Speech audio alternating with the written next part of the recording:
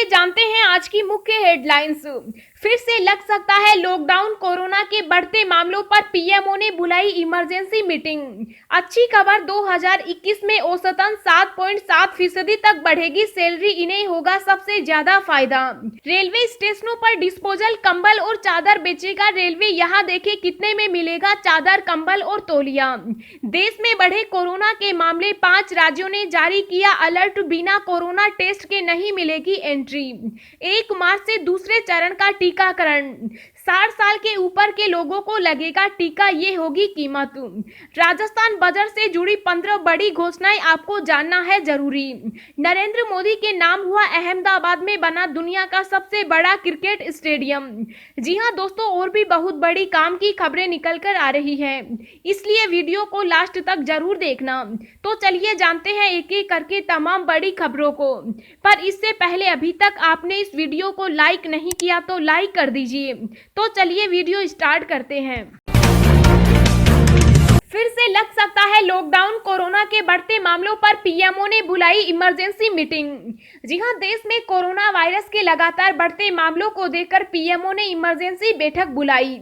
देश के कुछ राज्यों में कोरोना मामले एकदम से बढ़ने लगे हैं, जिसको देखते हुए पीएमओ ने यह मीटिंग बुलाई। हेल्थ मिनिस्ट्री ने प्रेस कॉन्फ्रेंस में बताया कि वैसे तो देश में कोरोना के एक्टिव मामले 1,50,000 के नीचे बने हुए हैं, लेकिन कुछ राज्यों जैसे केरल, महाराष्ट्र और पंजाब में कोरोना के मामले बढ़ रहे हैं, जो चिंता का विषय है।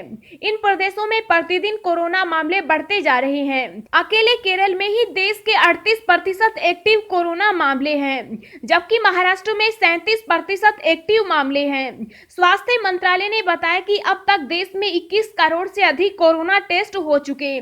पूरे देश में कोरोना के ओवरऑल एक्टिव केसेज नियंत्रण में है।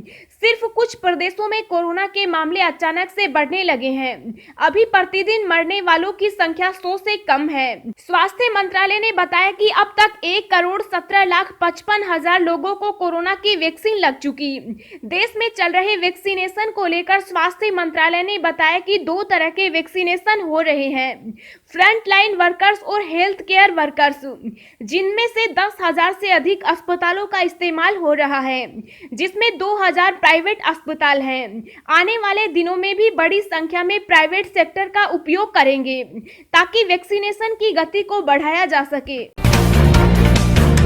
नरेंद्र मोदी के नाम पर हुआ अहमदाबाद में बना दुनिया का सबसे बड़ा क्रिकेट स्टेडियम। जी हां, राष्ट्रपति रामनाथ कोविंद ने आज दुनिया के सबसे बड़े क्रिकेट स्टेडियम यहां मोटेरा इलाके में स्थित नरेंद्र मोदी स्टेडियम का औपचारिक उद्घाटन और इसके पास ही बनने वाले सरदार वल्लभ भाई पटेल स्पोर्ट्स एनक्लेव का भूमि पूजन किया। इस मौके पर केंद्रीय गृह मंत्री अमित शाह, खेल राज्य मंत्री किरण रिजिजू भी मौजूद थे। आज से ही इस स्टेडियम में भारत और इंग्लैंड के बीच मौजूदा श्रृंखला का तीसरा टेस्ट शुरू हुआ, जब 2016 में इसे पुनर्निर्माण के लिए ध्वस्त किया गया तो इसकी 54,000 दर्शकों की क्षमता थी और तब इसका नाम सरदार वल्लभ भाई पटेल स्टेडियम था। अब इसका नया नामकरण प्रधानमंत्री नरेंद्र मोदी के नाम पर किया गया है। देश में बढ़े कोरोना के मामले, 5 राज्यों ने जारी किया अलर्ट, बिना कोरोना टेस्ट के नहीं मिलेगी एंट्री। जी हां, कोरोना वायरस के दैनिक मामलों में लगातार इजाफा हो रहा है। इसी बीच अब 5 राज्य सरकारों ने नए प्रतिबंध लगाए हैं। इन राज्यों में बाहर से आने वाले लोगों का बॉर्डर और हवाई अड्डे पर कोरोना टेस्ट किया जाएगा। इनमें राजस्थान, महाराष्ट्र, उत्तर प्रदेश, मध्य प्रदेश और गुजरात शामिल है। महाराष्ट्र में पिछले 15 दिनों में कोरोना मामलों में काफी उछाल दर्ज किया गया। वहीं राजस्थान सरकार ने जोधपुर में 21 मार्च तक धारा 144 लागू कर दी। मध्य प्रदेश और गुजरात ने महाराष्ट्र के आसपास के सभी जिलों में हाई अलर्ट जारी कर दिया। 1 मार्च से दूसरे चरण का टीकाकरण, 60 साल से ऊपर के लोगों को लगेगा टीका। जी हां, केंद्रीय मंत्री प्रकाश जावड़ेकर ने ऐलान किया कि 1 मार्च से कोरोना वैक्सीनेशन का दूसरा चरण शुरू हो जाएगा। इस चरण के तहत 60 साल की उम्र के लोगों को वैक्सीन की डोज दी जाएगी। इसके अलावा 45 साल की उम्र वाले उन लोगों को भी वैक्सीन दी जाएगी जिन्हें पहले से कोई बड़ी बीमारी है। मंत्री ने बताया कि 10,000 सरकारी और 20,000 निजी केंद्रों पर लोगों को कोरोना की वैक्सीन दी जाएगी। केंद्रीय मंत्री ने आगे बताया कि सरकारी केंद्रों पर लोगों को मुफ्त में वैक्सीन की डोज दी जाएगी। वहीं जो लोग निजी केंद्र से वैक्सीन लगवाएंगे उन्हें भुगतान करना होगा।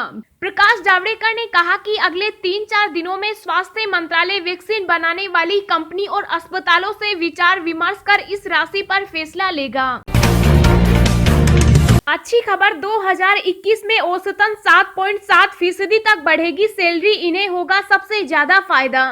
जी हां, इस साल भारतीय कंपनियां अपने कर्मचारियों की सैलरी में औसतन 7.7% की बढ़ोतरी करेंगी। हालांकि सबसे बेहतरीन प्रदर्शन करने वाले कर्मचारियों की सैलरी 60% तक बढ़ सकती है।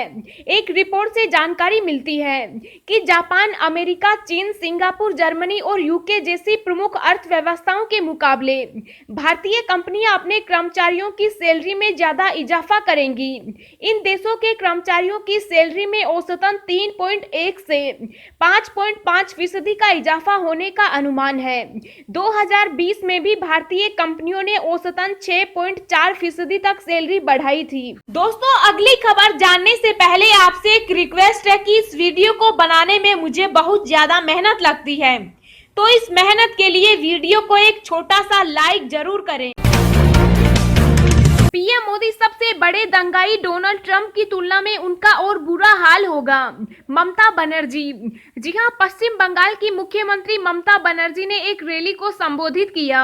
इस दौरान उन्होंने भारतीय जनता पार्टी, प्रधानमंत्री नरेंद्र मोदी और गृह मंत्री अमित शाह पर निशाना साधा। ममता बनर्जी ने कहा कि पीएम मोदी और गृह मंत्री अमित शाह पूरे देश में झूठ और नफरत फैला रहे हैं। नरेंद्र मोदी देश के सबसे बड़े दंगाबाज हैं। ट्रंप का क्या हुआ?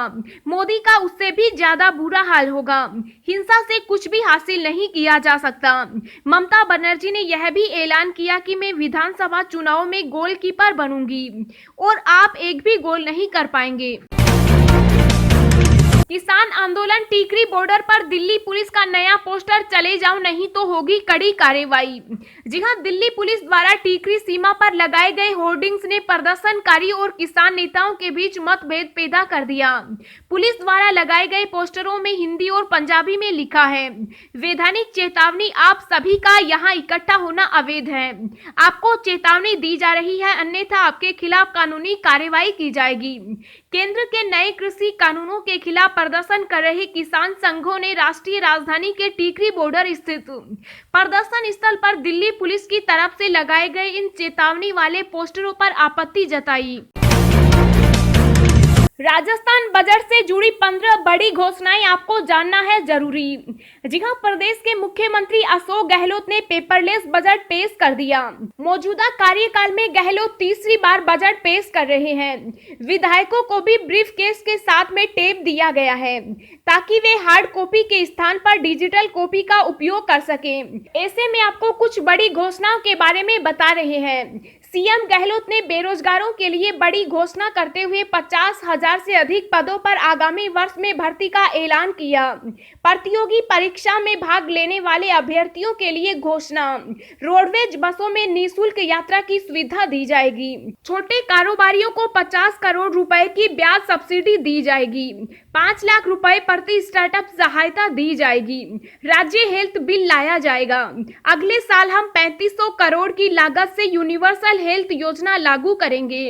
राज्य के प्रत्येक परिवार को 5 लाख की चिकित्सा बीमा योजना का लाभ मिलेगा।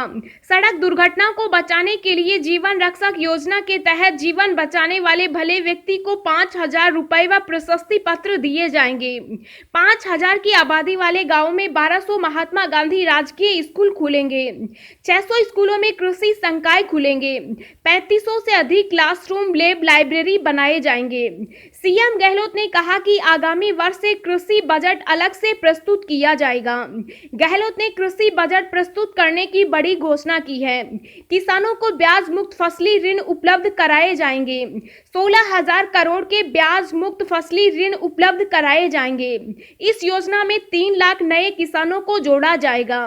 बजट भाषण में 50,000 किसानों को सोलर पंप उपलब्ध कराने का ऐलान। कृषि मंडियों का होगा आधुनिकीकरण। नई कृषि विद्युत वितरण कंपनी बनाए जाने की घोषणा। बिजली उपभोक्ताओं को बिल 2 महीने से भेजे जाएंगे। आगामी 3 वर्षों में 1,000 किसान सेवा केंद्र बनाए जाएंगे। SC/ST के अभ्यर्थियों को प्रतियोगी परीक्षा की कोचिंग के लिए 25 करोड़ खर्च होंगे। रेलवे स्टेशनों पर डिस्पोजल कंबल और चादर बेचेगा रेलवे। यहाँ देखिए कितने में मिलेगा चादर, कंबल और तौलिया। जी हाँ, रेल यात्रियों के लिए राहत भरी खबर है। अब उन्हें घर से चादर और कंबल लेकर चलने की जरूरत नहीं पड़ेगी। स्टेशन पर ही बेडरोल मिल जाएगा।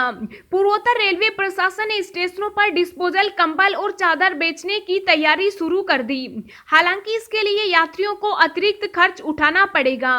रेलवे ने यह व्यवस्था निजी हाथों में सौंपी है। गोरखपुर जंक्शन पर डिस्पोजल बेडरोल बिक्री को लेकर टेंडर की प्रक्रिया पूरी कर ली गई। मार्च से यह सुविधा मिलनी शुरू हो जाएगी। बिक्री के लिए प्लेटफॉर्म नंबर 9 के अलावा 1 और 2 के गेट पर काउंटर खोले जाएंगे। यात्री काउंटर पर अपने मनमाफिक कंबल या चादर खरीद सकेंगे। बेडरोल सेट के साथ यात्रियों को सैनिटाइजर और मास्क भी मिलेगा। रास्ते में उपयोग करने के बाद उसका निस्तारण कर देंगे। अगर उपयोग नहीं करते तो घर भी ले जा सकते हैं। मार्च में पूरे 11 दिन बंद रहेंगे बैंक, ये है पूरी लिस्ट। जी हाँ, जल्दी ही फरवरी माह खत्म होने वाला है और मार्च महीना शुरू होगा। ऐसे में अगर यदि आपको बैंक से संबंधित जरूरी काम है तो उन्हें अभी से निपटाना शुरू कर दें, क्योंकि मार्च माह में बैंक कुल 11 दिन बंद रहेंगे। मार्च माह में होली के त्योहार के अलावा भी कई दिन ऐसे हैं जब अलग अलग राज्यों में विशेष पर्व व त्योहार पर स्थानीय अवकाश के कारण बैंक बंद रहेंगे। भारतीय रिजर्व बैंक के छुट्टियों के कैलेंडर पर नजर डालें तो देखेंगे कि मार्च में होली और महाशिवरात्रि को मिलाकर कुल 11 दिन बैंकों में अवकाश रहेगा। 5 मार्च, 11 मार्च, 22 मार्च, 29 मार्च और 30 मार्च को बैंकों की छुट्टी रहेगी। 4 रविवार और 2 शनिवार भी बैंकों में अवकाश रहेगा।